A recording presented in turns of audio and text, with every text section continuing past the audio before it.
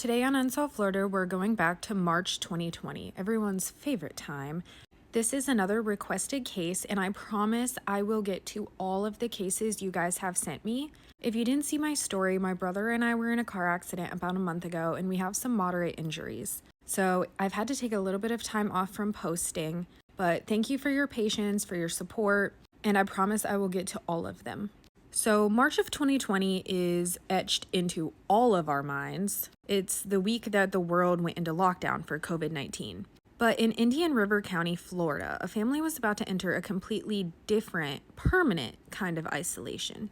Today we are talking about 27-year-old Amanda Town. She was a mother of 3, her youngest just 3 years old at the time she disappeared. According to her family, she was funny, loving, and a bartender who had just lost her job.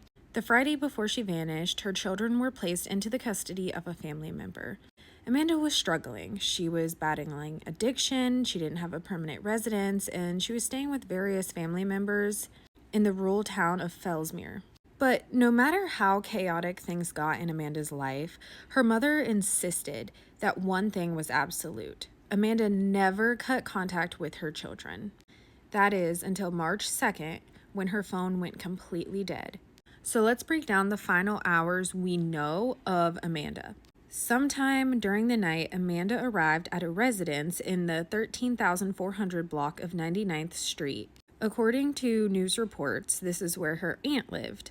But it was so late that her aunt and uncle were asleep, and she only spoke briefly with her nephew. And then between 2 and 3 a.m., Amanda walked out into the dark. She told her nephew that she was walking to her boyfriend's house roughly half a mile south on North Hickory Street. Apparently, she called one of her sons to let him know that she would be making the walk to her boyfriend's house. She was last seen wearing a camo zipped hoodie and dark spandex and flip-flops. And as you probably guessed, she never made it to her boyfriend's. Her boyfriend told the police that she never arrived, and after that 3 a.m. window, all phone activity stopped forever. So as listeners of true crime, we have to closely look at this final sequence of events. Did Amanda really go to her boyfriend's house? At 3 a.m., battling substance abuse, is it possible that she wasn't being completely transparent with her nephew and her son? A lot of people online seem to think that she told everyone she was going to her boyfriend's house, but maybe realistically she was going to meet a dealer. We have to leave open the possibility that she was meeting someone else entirely. I am sure the police have her phone records, even if they don't have her phone, so it would be interesting to know who else she called that night. The second thing is her boyfriend. So law enforcement has released almost nothing about him, his background, or what his statements say. We don't even know if Amanda successfully contacted him before leaving that house. I also just want to add that I think it's odd that she would be calling her son. I also find it odd that she would be calling her son in the middle of the night. I don't know their ages, but they ranged from 3 to 12 years old. Why would you be calling perhaps an 8 or 12-year-old at 3 in the morning to let them know you were going to your boyfriend's house? So here's an update in the case that completely disrupts the official story. Police later found some of Amanda's personal items, including a dark person ID along 141st Avenue near the C-54 canal.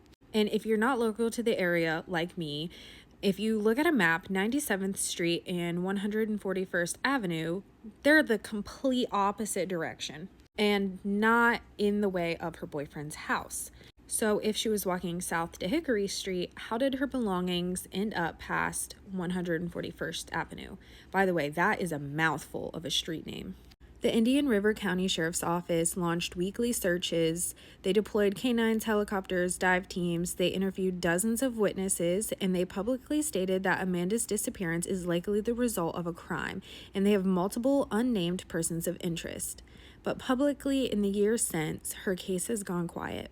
Interestingly enough, 2 pieces of evidence seized early on from the property where she slept that night. Law enforcement recovered items of interest and seized an older blue GMC pickup truck. But they've never released how that blue GMC truck fits into this puzzle or what those items are. Now, stick with me.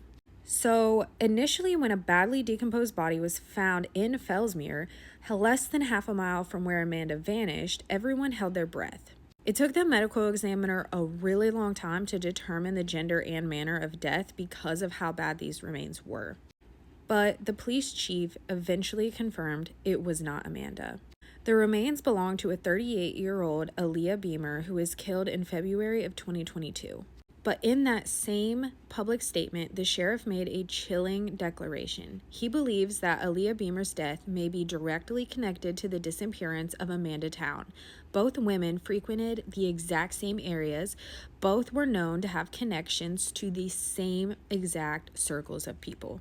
And what's crazy is this specific area of the Fellsmere neighborhoods off North Willow Street didn't stop there. Also, I am so sorry if I'm saying this town name wrong. Every time it's a smaller town in Florida, y'all get on me because I don't know how to say it. So I'm apologizing in advance.